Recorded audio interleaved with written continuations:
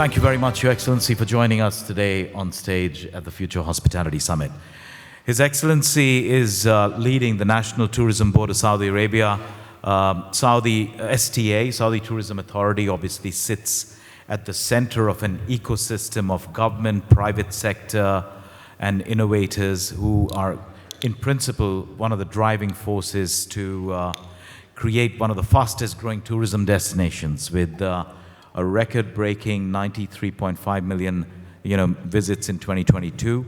Saudi Tourism Authority is also the global-facing facilitator and partner for tourism companies, airlines, and travel global distributors. His Excellency is also the torchbearer of the Saudi Arabian national brand and taking this further to the world. And His Excellency is also the Managing Director of Nusuk, which is the transformational platform for spiritual travel to Makkah and Medina. And besides that, he sits on numerous different boards, including the Saudi Air Connectivity Program, the Red Sea Authority, Saudi Airlines, focusing on high-impact delivery on global, on the sector globally. So it's a great privilege to have you with us, given the number of things that you have to oversee in a day. And welcome to Future Hospitality Summit. Thank you for gracing us. Thank you. Delighted to be with you here. Wonderful. Your Excellency, I want us to have a conversation about what are the components, looking at the industry, the hospitality industry, but from a tourism perspective. Would love to learn a little bit more about some of your insights or guidance that we can give to the stakeholders in the industry on how to harness and deliver on the vision. And my first question to you would be, how do you see, how does the tourism sector see the hospitality industry as an enabler? So first, I would probably start by what you said. Last year, we witnessed the highest growth for Saudi, and which made Saudi the fastest growing destination in the world. That 93 million visits is the best, in my opinion, the best answer to your question, how hospitality sits as an enabler to this sector.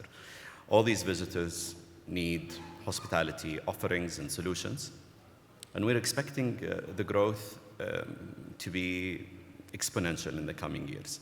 Now, recently I said the tourism is the new oil for Saudi, but this time the natural resource is the people of Saudi.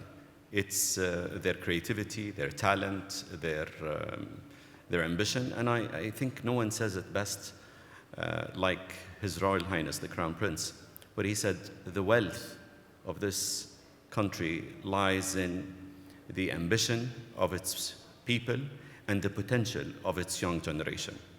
So no growth in this sector could be created without hospitality at the right anchor of it. Thank you. And where do you see currently, given the fact that we are aiming to ensure that I've always said that the front line of cultural diplomacy in many ways is hospitality. So today, where do you see any gaps within the industry? We have a number of giga projects happening. When you look at it from a destination perspective or a community perspective, where do you see the gap at the moment? Maybe let me start with where the opportunities and then where the gaps are. I think on the opportunities, when I was invited to this forum, I was thinking if there was one message that I would like to leave the audience of the Future Hospitality Summit with, is probably this, that the future of hospitality is in community-based hospitality. I think the future should be in community-based, community-embedded hospitality. We're seeing the word authenticity coming in every debate or discussion about offering and how destinations should remain authentic. So I think authenticity lies in many ways, in many layers, and many offering and experiences offered to travelers. For us, it starts with being truly Arabian. We're saying we're the home of Arabia, we need to be truly Arabian. Second, we need to be uniquely Saudi. And I think the Saudi Hafawa, which is the Saudi welcome, is that DNA that sits in every Saudi, and we could bring it out to travelers like no other. And we've been doing that, and we've been handsomely rewarded. The third is being authentically local. So whether you're in Jeddah, or you're in Riyadh, or you're in Jizan, you need to be authentic with the local food, local folklore, local experiences, and stories that wrap all those in a way that creates that human connection. So I think the opportunities on community-based tourism or hospitality is the future if we are a bit more creative and thoughtful. I was reading recently a book by Will Gardia, I think, The Unreasonable Hospitality. It's all about that. It's all about the offering hospitality in an unexpected, thoughtful, connecting way with travelers. So we've been doing that in Dir'iyah, we've been doing that in Al-Balad, we've been doing that in Al-Ula, but I'd like to see that across all our offerings, and activating the villages through community engagement programs. I think it's good for the people, good for domestic tourism, and good for world travelers that are looking for what's new and meaningful. And thank you for that. And I would imagine in many ways that leads to the fact that as much as we have, you said recently that you have giga projects with giga responsibilities, but I think also lifting the nation from within when it comes to accessibility of key locations and more accessible tourism. If you have some thoughts on that you would like to share? No, I agree. You've heard me say this, Gaurav, before. These giga projects, they present equal great or giga responsibility on us. And if we do what others have done and go into the same mistakes, the world will be unforgiving. Now, with that, I think it's not just accessibility, but I'll start with accessible tourism. Accessible tourism is connectivity, it's convenient access to offering, it is affordability, and it is also giving access to those with disabilities. It's no luxury anymore for you to address all that, just like you address authenticity and sustainability in its greater form. Now, why do I bring accessible tourism to the surface? Because in all destinations are trying to lure and attract travelers for them to stay, to come and then stay and enjoy with the maximum spend possible. Now, in reality, accessible tourism should translate into master planning, into, as I said, all the verticals that make this horizontal offering of tourism viable. So we've seen cities, without naming any, you've seen cities with hotels on highways. Who wants to stay in a highway? People want to stay in a place where total offering is accessible.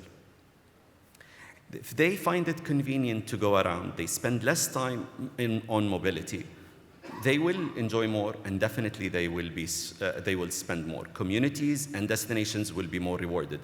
And finally, on the people with disabilities, we used to take the basic facilities just to give them access through the door. I think we need to take this to the highest level and give them access to the deep water and the ocean and the high rises and all and every authentic experience in between.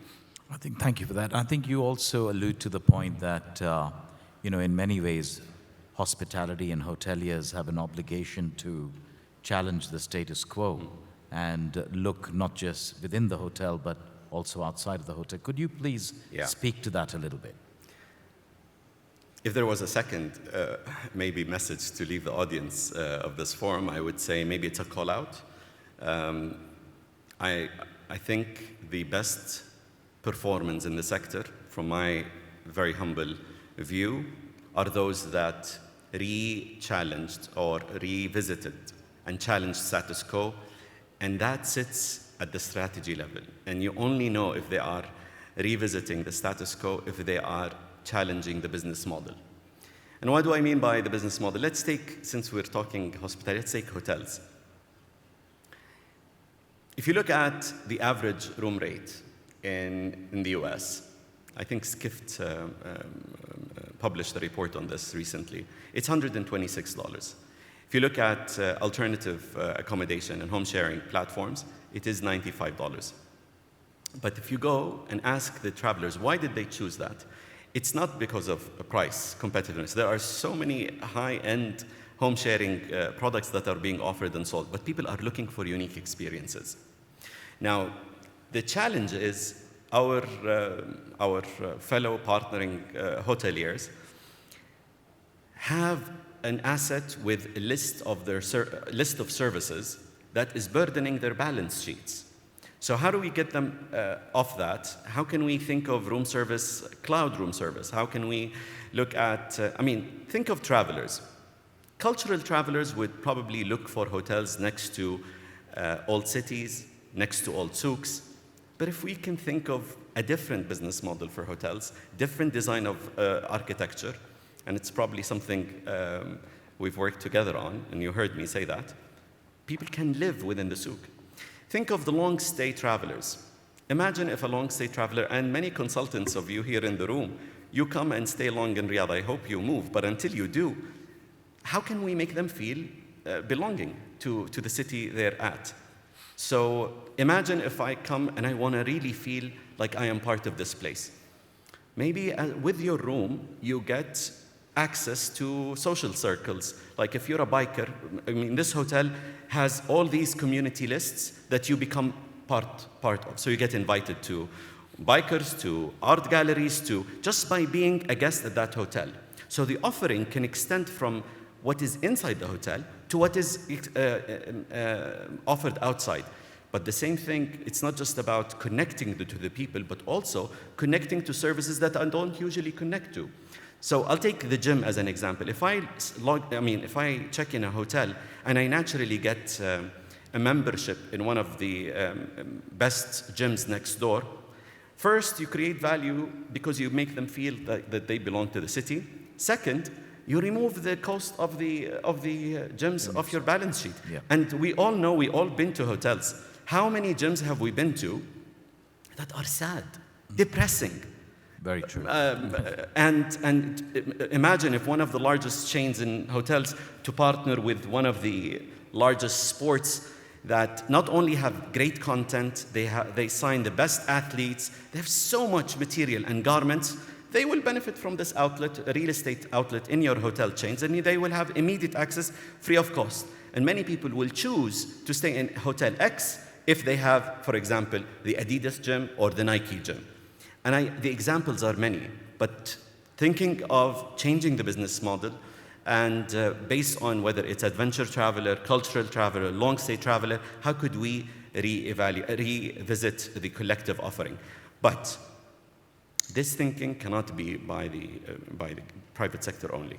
It needs to be also supported and incentivized by regulators. So imagine regulators are to revisit classifications of stars, to incorporate the total offering, not just if you have a pool or inside, but it's the collective offering, and that gets rewarded in the star rating. I think that's an ecosystem transition that we're looking at. I couldn't agree with you more. I think there is a great opportunity to look at not just the hardware, but look at the software of how the programming of these assets can be activated in a manner that makes it more community embedded. You talk about operating models, we talk about being community embedded, we talk about accessibility, but I think at the same time, there is a great emphasis on making sure we focus on the domestic sector. Would you like to comment on that with regards to, because not everything in the industry can be 5-star alone. Maybe I think the key lesson I've had from world investors in this sector is they say, we need to trust the destination's sustainable growth and resilience. In the case of Saudi, we learned a lot from during COVID. Those markets that did not have domestic tourism suffered greatest of deals. Second, Saudi is the house of the #1 spending traveler in the world. Imagine if we offer them what keeps them, we will be the most rewarded. Third, so it's travelers, then it's the hotels, it's the investors, and then the locals. You know, many look at domestic tourism as an exploration. People today, the Saudis, go to Saudi on expedition trips. They are still discovering and exploring.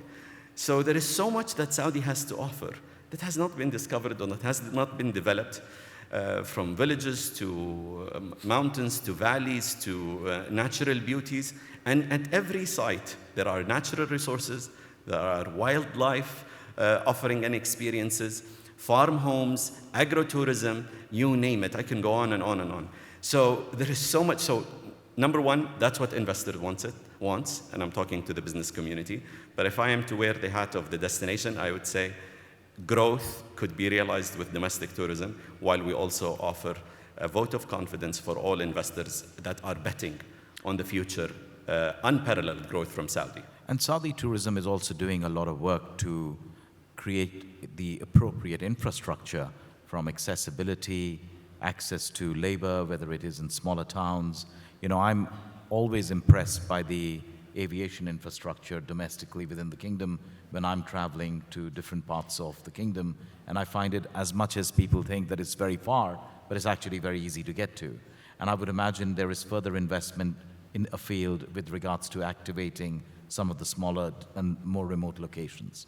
Gaurav, Saudi cannot grow without massive investments across the total value chain. Air connectivity is just one part of the value chain. Last year, we announced in one agreement with Wizz Air 24 routes connected at once. It was the largest connectivity agreement in the history of aviation. But now we announced the the new airport in Riyadh, the new airline of Riyadh, and we have a lot more news to come. And if we were to ask you, how do we encourage more Saudis to enter the hospitality industry? Can you give us any insights on some of the programs and initiatives currently afoot? I think there is no better answer to that than the actual performance of the Ministry of Tourism. They have a human capital development program. They train and send students to international schools to raise employability. But this sector is not just creating opportunities like other sectors. It will continue to provide new jobs, and there are talents that are best fit for this sector, that we're seeing a great appetite and enrollment on all the programs that are launched by the Saudi Tourism. So the Ministry of Tourism. So the Ministry of Tourism has an ambition of creating 1.6 million jobs. They're committed to training 100,000 people every year, and the programs are full. In certain markets, in certain countries, you see the top talents not necessarily joining the sector. When I say top talents, if you say top 1 or top 5 percentile of top schools, how many of them go to the sector of tourism? You will see a great skewness in this market just because of the ambition, the appeal this sector has today for them. Wonderful. Thank you, Your Excellency. I think for the floor, just in case we were to recap, I think the key messages I take away is focus on community-embedded hospitality. Look at your operating models and see how, maybe I've always said, maybe hospitality should look at, DMCs and how DMCs operate and learn from, blending that. Accessibility being a key aspect in the narrative from His Excellency, with whether it is inclusive and affordable components in Tier 2 locations. And lastly, not to neglect the domestic segment, because you might be very surprised while you're looking at the external feeder markets, which will be very relevant, but we have homegrown demand, which also is waiting to discover the nation. I'd like to thank you, Your Excellency, for your valuable inputs and insights. And once again, thank you so much for joining us. Thank you, Gaurav, and I thank Hospital. the bench team for hosting, and I wish the forum and its participants best of luck. No, and thank I you. welcome you in Saudi beyond just Riyadh. Shukran. Thank you, Your Excellency.